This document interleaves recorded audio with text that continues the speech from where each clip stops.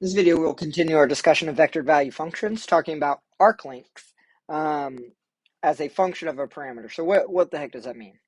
Okay, what we're going to do is if we take that last formula, and let me write that formula out for you. It's a to b times d squared. This is arc length.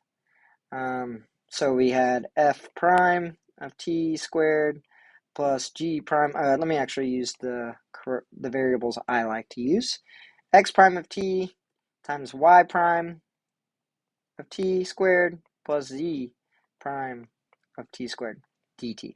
That was the formula for arc length. What we're going to do now, it'd be really nice if I just had some kind of formula that was like, I start at 0 or I start at this number, and I want to know the arc length by just plugging something in.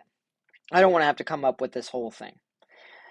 I want you to, I didn't really express this in the last video, but I want to go ahead and maybe help you out with the definition.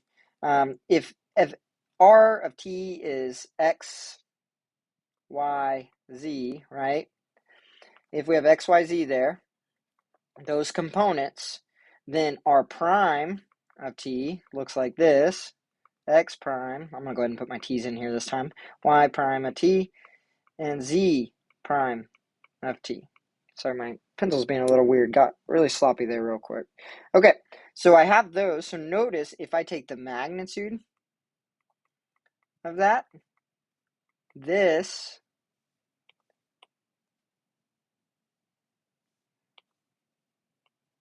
is what that is.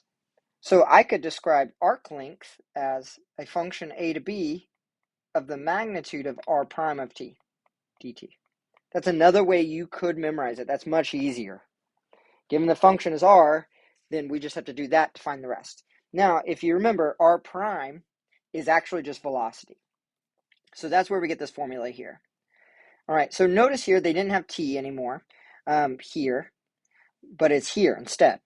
What this function does is my input, it actually goes here. So if I wanted to find the distance from a to 10, I would just plug in a 10. This u is just what we call a dummy variable. I could have used anything there for a moment.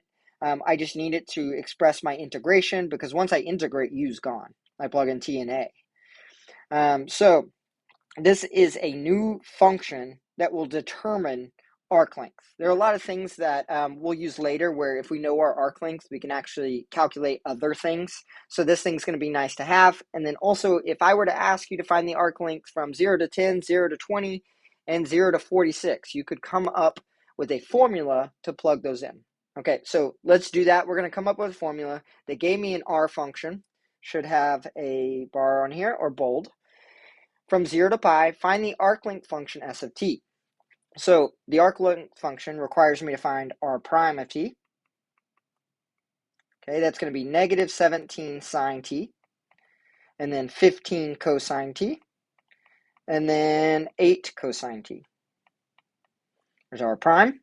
Now I want to find the magnitude of that. All right, so 17 squared. I don't think this is going to work out nice for us at all. 17 squared is equal to 289 sine squared. I hope this works out in some way. 15 squared is 225. I plugged that in even though I know it. Cosine t. And then the last one is 64 cosine, and that's squared, by the way.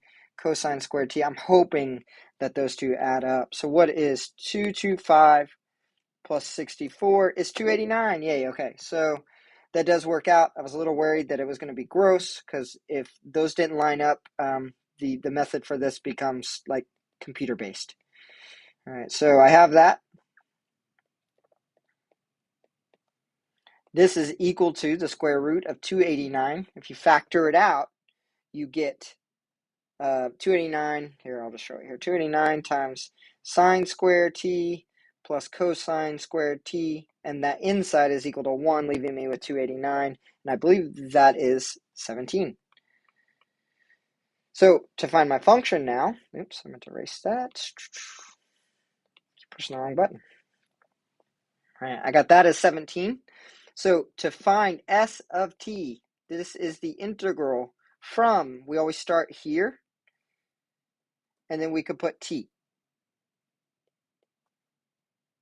and then we put 17 dt. That's why this is a really nice thing to work through. Now this is 17t.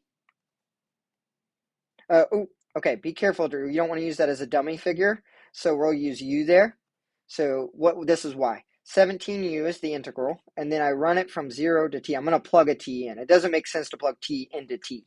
So the formula for this is I want the arc length from 0 to anything, pi is how we did it, because that's when I think it'll start revolving on itself.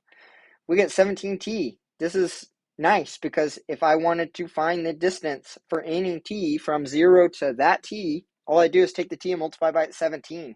That's much easier than running through the integration formula every time. We also will take that later. If we have some function s that describes arc length in time, we can actually use that and apply it to other scenarios. Okay, that covers arc length as a parameter or function. Like I said, this is going to be used quite a bit later.